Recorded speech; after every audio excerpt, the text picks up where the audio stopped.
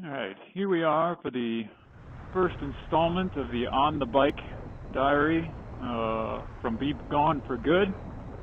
What I wanted to talk about on this first run was the CB500X from Honda.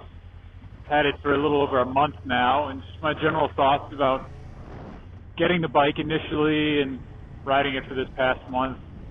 If there are any riders out there that might be considering this as an option, or if you had eyes on this as a first bike, second bike, something along those lines, hopefully this might help out a little bit.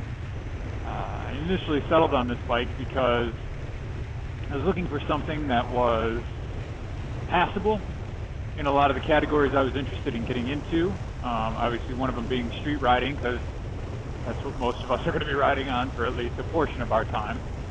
After that, I wanted to get into the adventure bike realm as well. So I wanted the bike to be capable off-road while not being necessarily a dual sport that was just going to beat me up when I was on the road. The Honda CB500X seemed a great option in that category. From what I heard from a lot of folks, it was not an exemplary bike in any of those categories, but extremely passable in all of those. It fulfills its destiny as being capable. A lot of that has to do with if you're going to be off-road, to be slowing down. If you're going to be on-road, obviously you're not going to be up there with the 1,000 or 1,200 bikes, but you'll be able to get along just fine. What I've noticed since I've had it is that I do believe this is a fantastic beginner's bike. It isn't overly powerful. It's extremely smooth on the throttle, so it's hard for this bike to get away from you unless you're intending to do that. I have not intended to do that, and the bike has stayed easily within my control that entire time because of it. But it's no slouch either. Let me be clear, it can get up and go. There are passing speeds. I've had this bike up to 80 miles an hour on the highway, and if I need to get around somebody, I have the power to do so.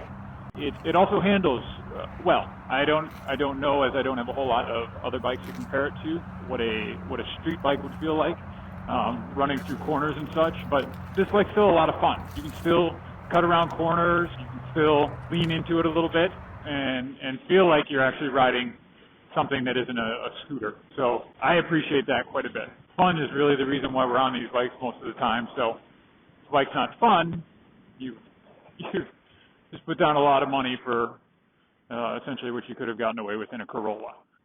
That aspect of it I'm really happy with. The other element that I think is useful to know is the Hondas are sort of insanely reliable. The company makes really well thought out, well engineered machines that will take a beating and keep going for years and years and years. The Honda CB500X motor is the same one that is in their R model, is the same one that's in their F model. So the good news is that they've refined the engine to be top-notch. Also, any sort of maintenance that needs to take place pretty much anywhere around the world, they've seen this motor before because it is so ubiquitous. That gave me a great deal of comfort, as I am not a mechanic. I don't know this bike exceptionally well, but knowing that I could get help if I needed it was really nice to know. Also knowing that I didn't have anything exotic that would cost me tons of money to get parts in, or labor for some guy to look up how to work with a bike because he's never seen it before, was also really fantastic. Outside of that, after the first month, I would encourage anybody who has even the slightest interest in riding a bike to borrow one, find one, buy one, whatever it might be. It is tons of fun. I have not been this excited to be out on the road, maybe ever, but at least since I was 16 years old and got my driver's license. It takes the mundane roads that you've been traveling in your car and makes them fun to be on. I can't say enough about the exhilaration it is, even when you start out and you're doing 25 miles an hour in your neighborhood, how much fun that can be. I have yet to be crazy on this bike. I have not tried to outrun a cop. I haven't even done any lane splitting, as it's obviously not legal here in North Carolina. But it's just fun to ride at the same pace that you would, a law-abiding pace is really fun.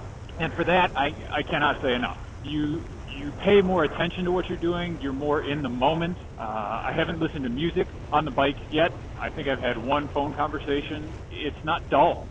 The time flies. I go out for rides. I get a respite away from my family for a little bit to go out for rides, and the time shoots by. An hour passes in what feels like 5 minutes. And I don't know any other hobby that I've had with such an immediate upswing in enjoyment.